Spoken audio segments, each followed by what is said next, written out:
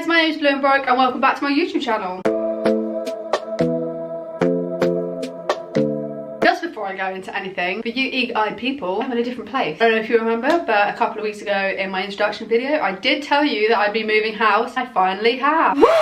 This is my new studio. Just started making it, so ignore that it's not completely finished and polished yet. This is where you're going to be coming to chill with me on a weekly basis. So in this video, we're going to be covering part 2 of my coming out story. In the last video, we kind of covered my high school times, my primary school times, all the things that led up to the moment of now, kind of denial phase, a lot of other things. I won't go into detail by now. Get the link in the description. You can go and watch part 1 after this. At the age of 15, 16 is when I left high school or secondary school, depending where you're from, and went to move away to college. From like 16 plus, that would be my most experimental years of who I was, like how I carried myself, how I introduced myself, how I looked, my hair colours, my fashion, my style, my scent. So where I started to feel a bit more free to experiment with that, because obviously in the UK we wear like school uniform every day throughout secondary school, primary school.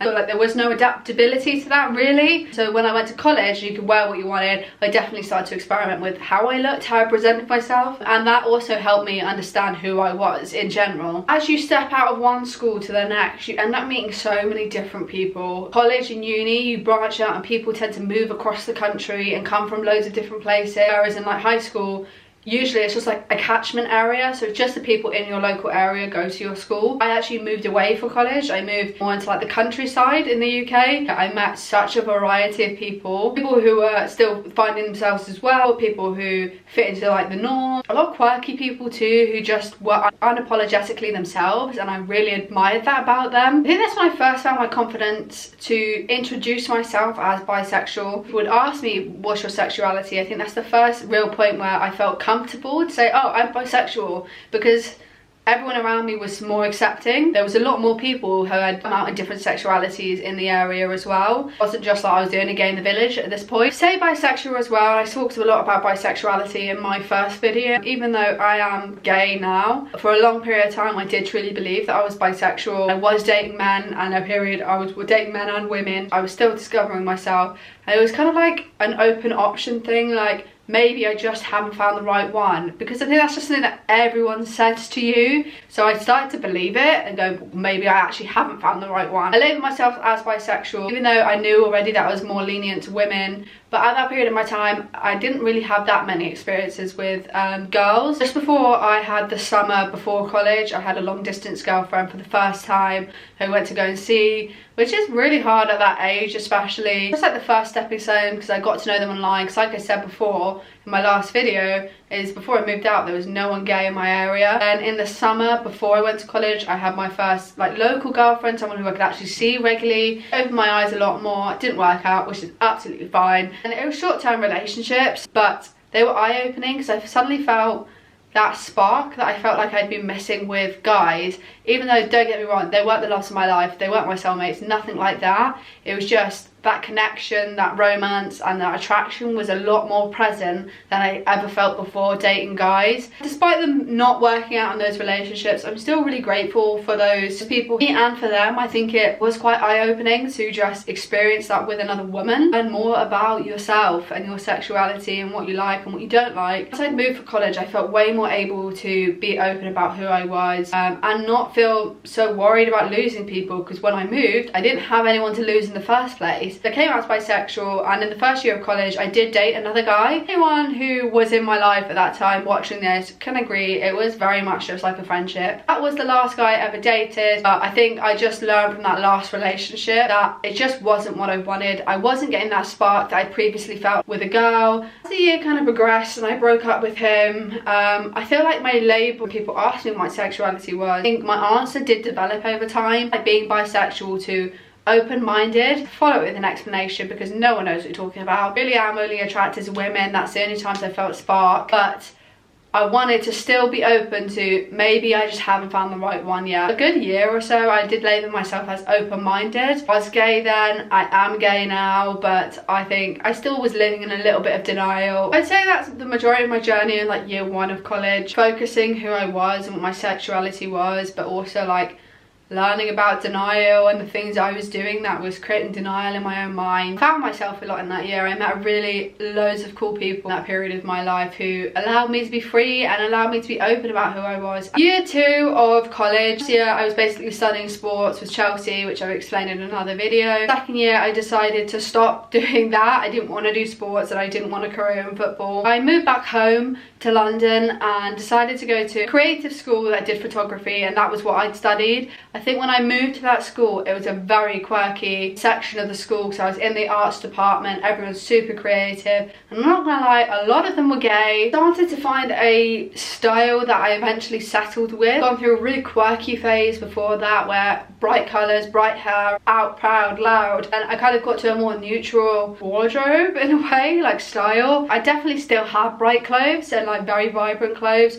but I'm probably less prone to wearing them every day. I'd wear them to occasions or for a night out, but it might change in the future. You never know. Style, those things, everything's fluid. So when I went to the school for photography, I met my ex-girlfriend through a mutual friend. That was the longest term relationship I've ever had, 3 years. I never really thought, because I jumped from relationship to relationship in a sense of like 2 weeks, 2 months, just thought maybe I'm just not a person who's ready for commitment. Wasn't my soulmate, wasn't going to work out in the end, and that's fine. But even though that was, for other reasons, a damaging relationship to who I was, it did teach me a lot of good things about myself in that time. I think that's what's important, as long as you can learn from relationships and mistakes either done by you or other people. I learned in that period of time that I was done with men and I didn't want to date them again. Since being in that relationship, I have completely come out as gay to everyone I've met. My family, my friend, we are a product of our circumstances. I've gone through a lot now, and I now fully understand that I am just a gay woman. I have attraction only for women, and I will probably be like that for the rest of my life. Even though sexuality can be fluid, I'm very confident in the fact that I want to marry a woman, a specific woman, but I am going to marry her. Side note to that is, I don't think you ever stop coming out. Even though I say now that I've come out to everyone, I feel like you just never stop coming out. Like, you go to the hairdressers, they ask you about your boyfriend. I don't have a boyfriend, I have a girlfriend, I'm gay. Getting an Uber, it says like, oh, we're taking you to your boyfriend's house. No, I don't have a boyfriend, I'm gay. You meet so many new people in life, you never really stop coming out. So the next thing I want to talk about is lockdown. COVID. I decided to download TikTok, even though I really didn't want to in the beginning. I don't know why. I was just like one of those people who was just like, oh, TikTok's for kids. You know how your FYP literally just already knows you're gay before you even do? It was like that. Within like 5 minutes I was on the gay FYP and I haven't left it since. I spent a lot of time just consuming content on the app and feeling more comfortable building a community and learning more about other people's experience. And eventually I started posting. My outlet, it was my creative way of being creative, even though we were stuck inside. Lost my job, I wanted something to do to pass the time, so I started making videos, really sharing my own experiences, and they started to get a bit of traction, and I have since built quite a good community on there. So amazing that we have apps like these days, teaching people who are already questioning themselves that it's okay to, one, not know who you are, not provide yourself with a label on other people, and not rush coming out. Current thing, I think it has allowed people's minds to expand. Obviously there's always going to be closed-minded people, there's always going to be haters. There's probably haters watching this video right now. There are plenty of hate on all platforms about being gay, but I get so much support as well that it really outweighs it. I've got an old woman watching me through the window. This is a bit freaking awkward. Hello. I actually met the love of my life through TikTok, and I am now living in this house with her. It blows my mind. That's how much that app changed my life. I've been sat through, like, scrolling through my FYP and seeing her, never really thinking she was even UK based or anywhere near me. She actually lived 5 minutes down my road. Now we've relocated 2 hours away from where we both grew up. I am so happy with her, and that is the best thing that TikTok has done for me, is bring her into my life. Everything I'd ever dreamed of, lighting up when you see each other, to spend each other all day every day with each other and have it reciprocated. Like, I am just really happy. I feel like every crap thing I went through was so worth it finally meeting her, and I am super excited to be able to share that with you guys. We're going to be doing some vlogs of our new life and experiences. We're trying to make new friends in a new area, and we want to show you guys how we're doing it. I don't think I've ever been given any advice ever on how to make new friends, so we're going to be sharing that kind of experience and how it goes, what's worked for us, what hasn't worked for us. It just basically grounds me and matches me on every single level you need in a person. A new thing I'm going to definitely be incorporating to this channel is vlogging a lot more. I think that's the style of filming that I really like to do. There's a lot of interesting stuff going on around me and in my life, in my partner's life, and we can't wait to share it all with you. It's going to be a really exciting few months ahead. I think it's really important watching this and watching other ones that all coming out stories are completely different. They're independent and individual to every person you meet. So by all means, my coming out story is probably nothing like yours. We're all at different stages of our coming out. I'm very settled into who I am now and being very openly gay online, as well as in real life when I meet new people. As explained in my first video in part 1, definitely wasn't like that in the beginning. Time allows us to grow as people, and I'm sure that you're in a different point of your journey, or maybe you're in the exact same point of your journey as me. But let me know in the comments where you're at. Here on this channel, we're a community of people. It's not just me and it's not just you, it's all the other people around you, it's all the people in the comment section, it's all the people subscribing. What I'd like to say, and I always say, is make sure you drop a comment in the comments so everyone can subscribe to each other, so we can start building friendship and family around us. This is a very, very safe space. I'd like to understand where you are in your coming out story as well, so make sure you chat that in the comments too if you're open and ready to share that information.